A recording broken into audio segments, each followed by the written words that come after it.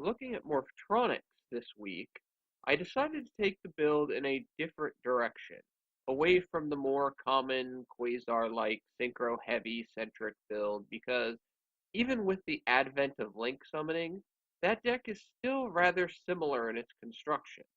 Also, I'm not a fan of that type of deck, simply due to the sheer luck associated with its operation, both in the opening hand and through its playmaking, and unfortunately you just can't get away from that luck. It's always going to be omnipresent for that build. Basically, the general idea of the most popular version of Metronics centers around Stelphon and its special summoning ability.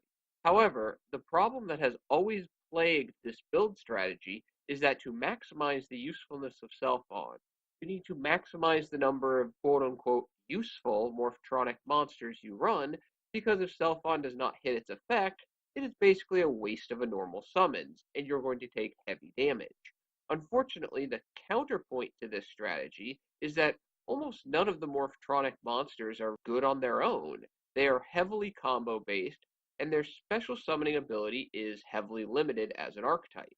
Overall, the state of Morphtronics is that it was originally designed as a control deck, but it has been heavily power creeped over the years. Thus, it has become a very luck based combo deck in most people's eyes. So the question is, what would a Morphtronic deck look like when not focused on the synchro-centric Quasar build? The first issue is whether or not to run Selphon. In my opinion and experience, when not focusing on the synchro-centric build, Selphon is actually rather bad, because the summons is not guaranteed, the potential monster is commonly not useful if you're not trying to make big synchro plays, and Selphon itself, from a stat standpoint, is garbage. So no Selphon in this deck because of its particular build strategy.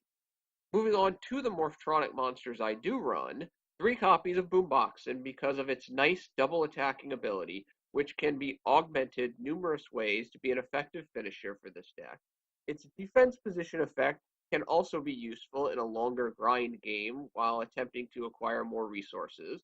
I like running 2 copies of Scopen as a solid combo piece with the ability to summon a level 4 Morphtronic monster from the hand, and as a tuner allowing for easy summons of a level 7 Synchro when desired, or some other levels with some more hoop jumping. Granted, Scopen would have been significantly better for the Morphtronic archetype as a whole if it could summon a level 4 or lower Morphtronic monster.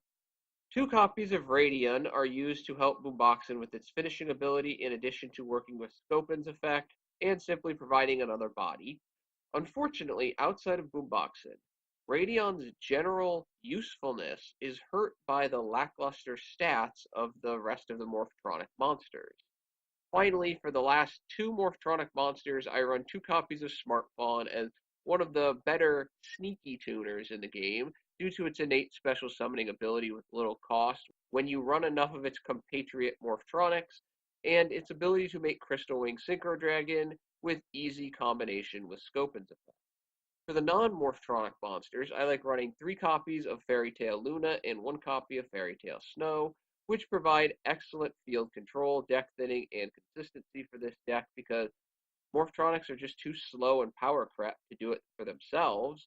1 copy of Eater of Millions because there is less dependency on the extra deck for this build than the Synchrocentric build, and Eater provides excellent field clearance. I run 1 copy of Maxx as long as it remains unbanned, 1 copy of Plaguespreader for more synchro versatility, and finally, I run 3 copies of Juragedo to increase life points, provide some level of defense due to its during battle phase special summoning ability, increase rank 4 playmaking, again due to that in battle phase special summoning ability, and most importantly, it helps augment Boomboxen. Special summoning a Juragedo during your battle phase can increase damage potential by up to 3,700 when a Boomboxen is also on the field.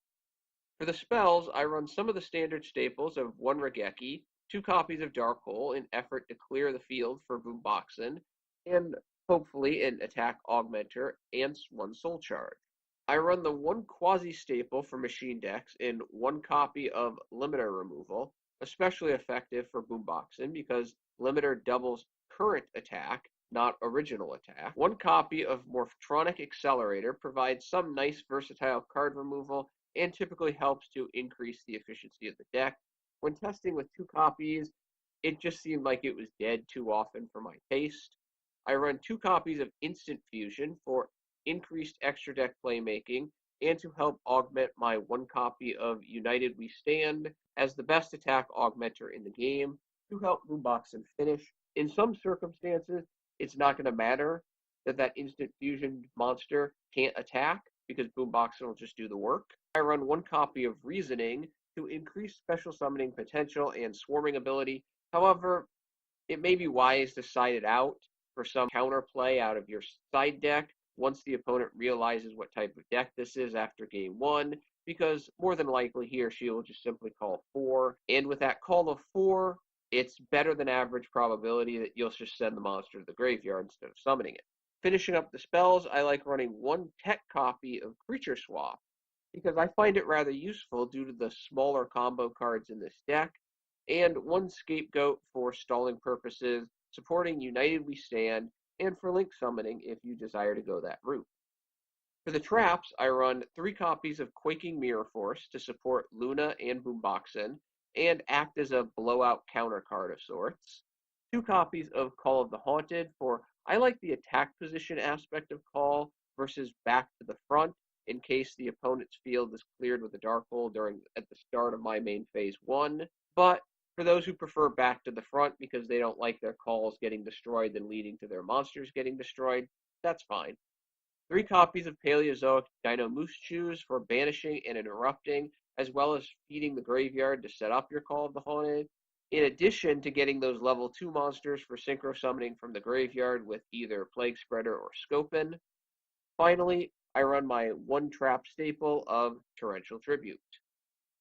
For the extra deck, I run the following: 2 Darkfire Dragon, again, as this is just any level 4 that can be used with Instant Fusion, 1 Hot Red Dragon Archfiend Abyss, 1 Trishula Dragon of the Ice Barrier, 1 Crystal Wing Synchro Dragon, 1 Clear Wing Synchro Dragon, 1 Black Rose Moonlight Dragon, 1 Black Rose Dragon, 1 Ancient Pixie Dragon.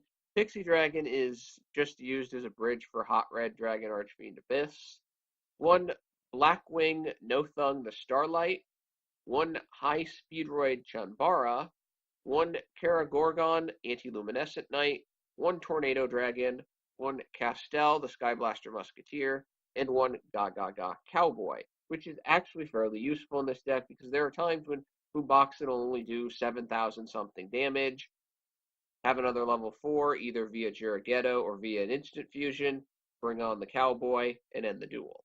Well, this deck definitely looks different from the standard Morphtronic deck. Some may argue that it is not a Morphtronic deck due to the lower than expected number of Morphtronic monsters. I can understand that position, but the biggest problem with Morphtronics, as I've already previously mentioned, they're just not good because their natural characteristics are more control-based, but they have been significantly power creeped, as one would expect from a 5Ds archetype. The Smartfon-centric build is very luck-based, because if the player does not open Smartfon and machine duplication, then most of the time he or she might as well just scoop. Going second is very difficult, especially in this modern meta, and even going first is hurt by the arrival of a card like Ghost Dash.